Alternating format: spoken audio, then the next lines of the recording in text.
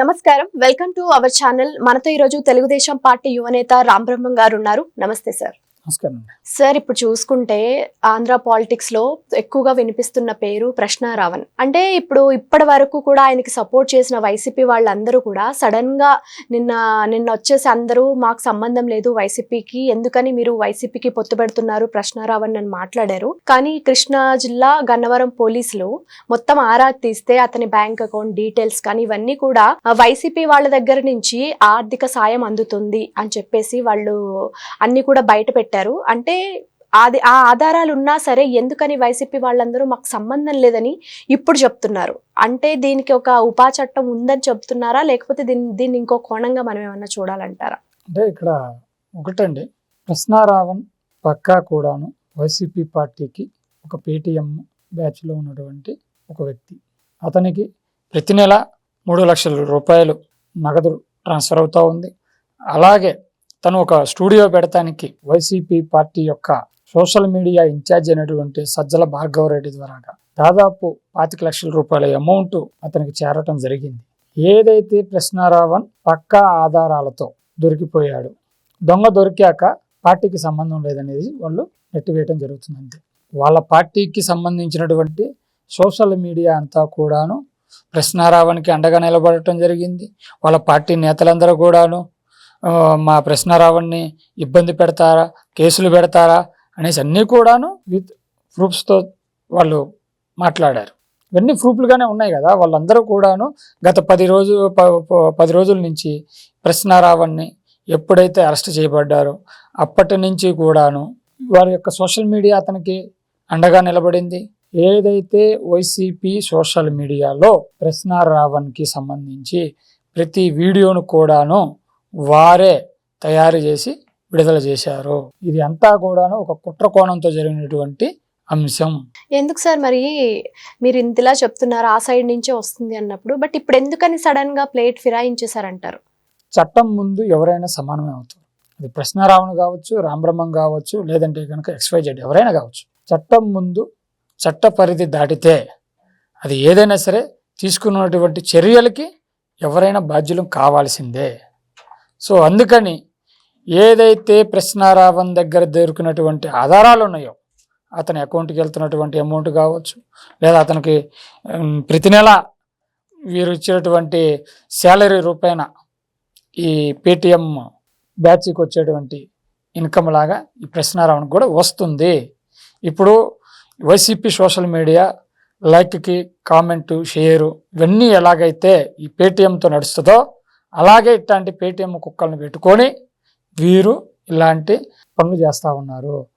ముఖ్యంగా ఈ YCP party అబద్ధాల పార్టీ, అసత్యాల పార్టీ.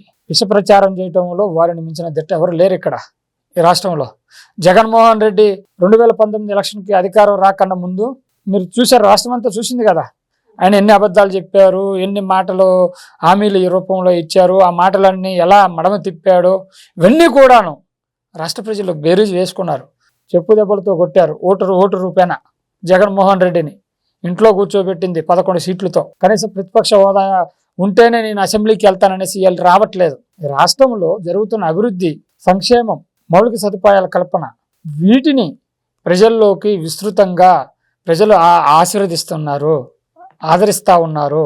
వీటిని చూసి తట్టుకోలేక, ఓర్చుకోలేక, ఓర్వలేక ఈ యొక్క వైసీపీ పార్టీ ఇలాంటి అంశాలని తెర మీదకి తీసుకొచ్చి ఇలాంటి వ్యక్తులని ముందుంచి వెనకమాల జగన్మోహన్ రెడ్డి నడిపిస్తున్నటువంటి గేమ్. ఓకే సార్, ఇప్పుడు మొన్నటి వరకు చూసుకుంటే జగన్ సపోర్ట్ చేశారు ప్రశ్నారావణ్కి. ప్రశ్నిస్తే మీరు ఇలా చేస్తారా, ప్రశ్నించే వాళ్ళని ఇలా చేయకూడదు అన్నట్టుగా ఆయన మాట్లాడారు. తర్వాత వచ్చేసి మళ్ళీ ఇప్పుడు వైసీపీ నేతలు మాకు సంబంధం లేదు ఆయన తోటి అని చెప్పేసి ఇప్పుడు వీళ్ళు మాట్లాడుతున్నారు. అండ్ ఇప్పుడు మళ్ళీ గన్నవరం పోలీసులు వచ్చేసి క్లియర్ గా వాళ్ళు చెప్పారు, అంటే ఆర్థికంగా లావాదేవీలు అయితే ఉన్నాయి అని చెప్పి. ఇప్పుడు అసలు ఏం జరుగుతుంది అంటారు? అంటే రెండు వైపులా కూడా జరుగుతుంది ఇక్కడ.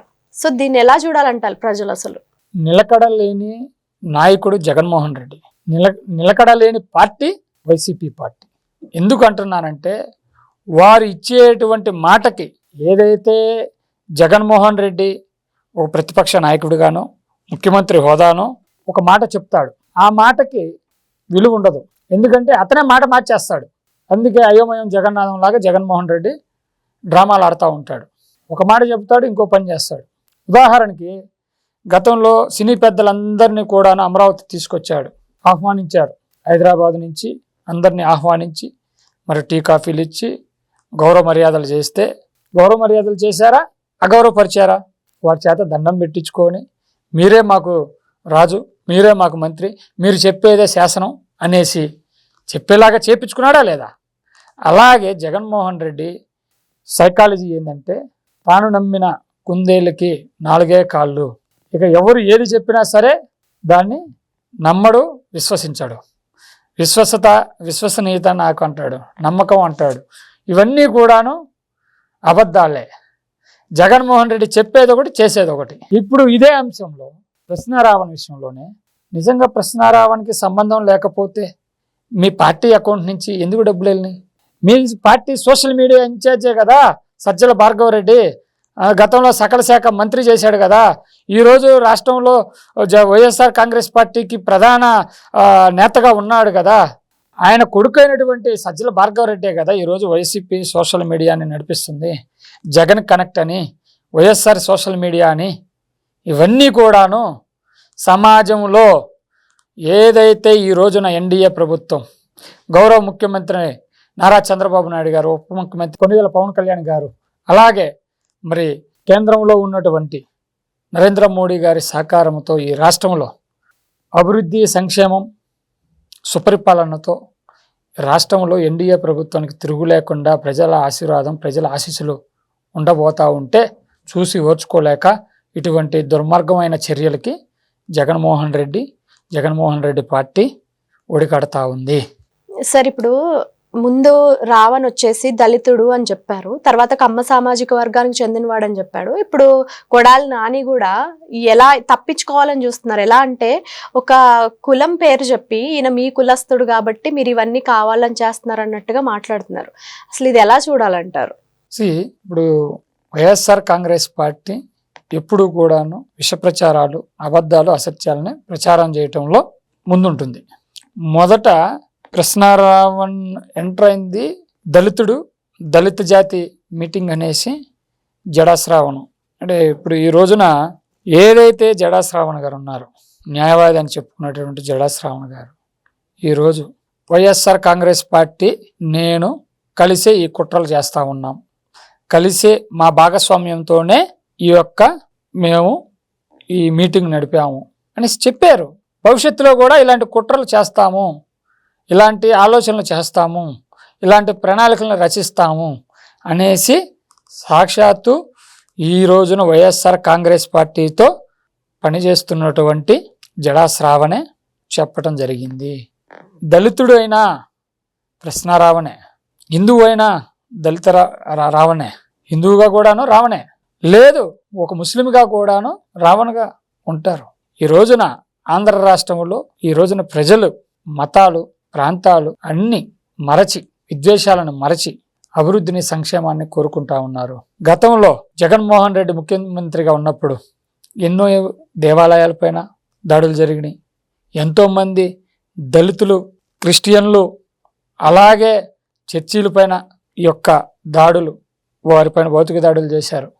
అలాగే ముస్లిం సామాజిక వర్గానికి సంబంధించినటువంటి మసీదులను కూలగొట్టారు. వారి యొక్క ఏదైతే ముస్లిం సామాజిక వర్గానికి సంబంధించినటువంటి కొంతమంది ప్రజల యొక్క ప్రాణాలను ఎంత ఘోరంగా వారు కారణమైనటువంటి మరణాలు సాక్ష్యం కనపడతా ఉన్నాయి. ఈ రోజున రాష్ట్రంలో అభివృద్ధి, సంక్షేమాన్ని అడ్డుకునేందుకు ప్రతి అంశాన్ని కూడాను మతాల మధ్య, కులాల మధ్య చిచ్చుపెట్టేటువంటి కార్యక్రమాలకి ప్రణాళికలు రచిస్తూ ఉన్నారు. కృష్ణారావణ్ దళితుడా, కమ్మవాడా, వారా చెప్పేది? తను పుట్టిన సామాజిక వర్గం ఏందో, వాళ్ళ కుటుంబ సభ్యులు తెలుసు. అంటే దళితులు ఈ రాష్ట్రంలో ఉండకూడదా? హిందువులు వారి మనోభావాలతో బ్రతకకూడదా? ఏదైతే ముస్లిం సామాజిక వర్గం వాళ్ళ యొక్క మత గౌరవాన్ని కాపాడుకోకూడదా? అంటే మతాల గౌరవాన్ని, మతాల యొక్క భావాలను అన్నిటినీ దెబ్బతీస్తూ వారు చేసినటువంటి పరిపాలన రాష్ట్ర ప్రజలందరూ కూడాను చూశారు. ఈ రోజున అలాంటివి ఎటువంటి సంఘటనలు జరగకుండా ప్రతి సామాన్యుడు కులాలు మతాలను మరిచి అభివృద్ధి సంక్షేమం వైపుగా ఆలోచిస్తూ ఉన్నారు. కృష్ణారావణ్ ముమ్మాటికి ఈ రాష్ట్రంలో ఒక ఉగ్రవాదే. అందుకనే ఆ ఉగ్రవాదిని తుడిచిపెట్టేందుకే అతని యొక్క అరెస్టు జరిగింది. ఏదైతే కృష్ణారావణ్ ప్రాంతాల మధ్య మతాల మధ్య చిచ్చు పెట్టేటువంటి యొక్క ఉగ్రవాద ఆలోచనలు కలిగినటువంటి మత ఉగ్రవాది, ఈ ఉగ్రవాదిని అంతమొందించాలి. లేదంటే రాష్ట్రంలో అనేక సాంఘిక సామరస్యమైనటువంటి మత సమస్యలకు కేంద్ర బిందువుగా అతను ఉండబోతూ ఉన్నాడు. అతన్ని అంతమొందించడం అంటే అతని యొక్క ఆలోచనల్ని, అతని యొక్క చర్యలని తీవ్రంగా అంతమొందించాలి. ఇతను ఒక ఉగ్రవాదిలాగా ప్రాంతాల మధ్య మతాల మధ్య చిచ్చు పెట్టేటువంటి ఒక ఉగ్రవాది. అందుకే అతనికి ఉగ్రవాద చట్టాన్ని ఆపాదించాల్సిన పరిస్థితి కాదు, ఆపాదించాల్సిన పరిస్థితి ఉంది. అంటే మతాల మధ్య సామరస్యం ఉండకూడదా? అంటే మతాలు కొట్టుకోవాలా? హిందువులు ముస్లింలు క్రైస్తవులు అన్నదమ్ముల్లాగా కలిసి ఉండకూడదా? ఇదేనా ఈ వైఎస్ఆర్ కాంగ్రెస్ పార్టీ కోరుకుంటున్నటువంటి ఆలోచన? Okay sir, thank you.